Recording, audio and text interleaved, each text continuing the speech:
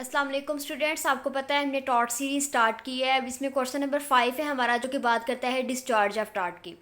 जितने पेपर्स हमने डिस्कस किए हैं, आपको पता है कि ये एक बहुत इंपॉर्टेंट क्वेश्चन है, जो कि पूछा जाता है ऐसे कि ऐसे कौन से सर्कमस्टांसिस हैं जिनके अंदर आपका टॉट जो है वो डिस्चार्ज हो जाता है, आपकी जो लाइबिलिटी है वो एक्सटिंक्ट हो जाती है, आप फर्दर उस काम में लायबल नहीं होंगे ऑल्दो आपने टॉट कमिट किया है। तो जब भी ये सवाल आएगा, इसमें आपने फॉलोइंग हेडिंग्स के साथ इसको करना है सवाल को। ये तकरीबन 11 से 12 हेडिंग्स बनती हैं। अगर तो वो ओवरऑल पूछता है कि सारे सर्कमस्टांसेस बताएं, फिर आपने टोटली क्वेश्चन को एक्सप्लेन कर देना है सारी हेडिंग्स के साथ। लेकिन वो पर्टिकुलर अगर पूछता है कि सिर्फ डेथ को ही बताएं, तो वो फिर ज़्यादा से क्वेश्चन आएगा, वो हम पार्ट 2 में डिस्कस करेंगे। अभी मैं ओवरऑल की इसकी वीडियो बना रही हूँ। ओवरऑल में आप लोगों ने देखना है, सबसे पहली हेडिंग आपको पता है एज यूजुअल हम इंट्रोडक्शन की लिखते हैं। इंट्रोडक्शन में आपने बताना है कि वैसे बेसिक पर्पस तो टॉट का ये होता है कि जो भी इंसान किसी भी किस्म की इंजरी काज करता है या हर्ट काज करता है किसी को, तो उस बंदे को रिड्रेस किया जाए, उस बंदे को कॉम्पनसेट किया जाए, और जो बंदा टॉट फीजर है उसको पनिश किया जाए या उसको डैमेजेस के लिए हेल्ड किया जाए, लायबल हेल्ड किया जाए।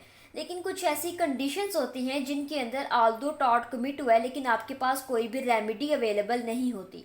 उन कंडीशंस को आप लोग कहते हैं एक्सटिंक्शन ऑफ लाइबिलिटी, यानी कि जिसके अंदर जो टॉट फीजर है वो लायबल नहीं होगा, उसकी लाइबिलिटी ख़त्म हो जाएगी। क्रॉस रेफरेंस की बात करें तो इसमें ये जो LRS है, इसका मतलब है legal representative suits act 1855। FAA का मतलब है फेटल एक्सीडेंट एक्ट 1846। LA है लिमिटेशन एक्ट है 1908 का। सेक्शन 306 है ऑफ सक्सेशन एक्ट 1925। सेक्शन 11 है सिविल प्रोसीजर कोड 1908 का। ये सब हमारे आगे जाके जब मैं इलेबोरेट करूँगी आपको लिंक करना पता चल जाएगा। मीनिंग आपको पता है, हम ब्लैकस्टर डिक्शनरी के लिखते हैं। मीनिंग में वो कहता है extinction of right to sue and to be sued in टॉट, यानी कि जब आपके पास ये लाइबिलिटी, आपके पास ये रेमेडी नहीं रहती कि आप किसी बंदे को सू करें, उसको हम कहते हैं कि ये टॉट डिस्चार्ज हो गया, ये आपकी एक्सटिंक्शन हो गई है।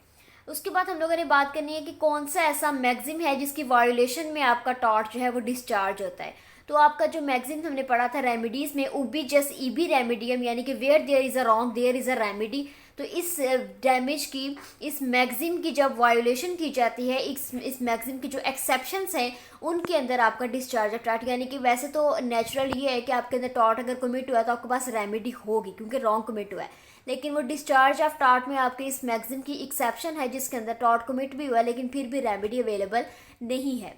वो क्यों रेमेडी अवेलेबल नहीं है, उसके लिए डिफरेंट सर्कमस्टांसिस हैं जिनके अंदर ये नीचे सारे एलेबोरेट किए गए। तकरीबन ये 7 से 8 बनते हैं। इन सब को हम एलेबोरेट करते हैं। सबसे पहले हमारे पास आता है waiver by election. Waiver by election को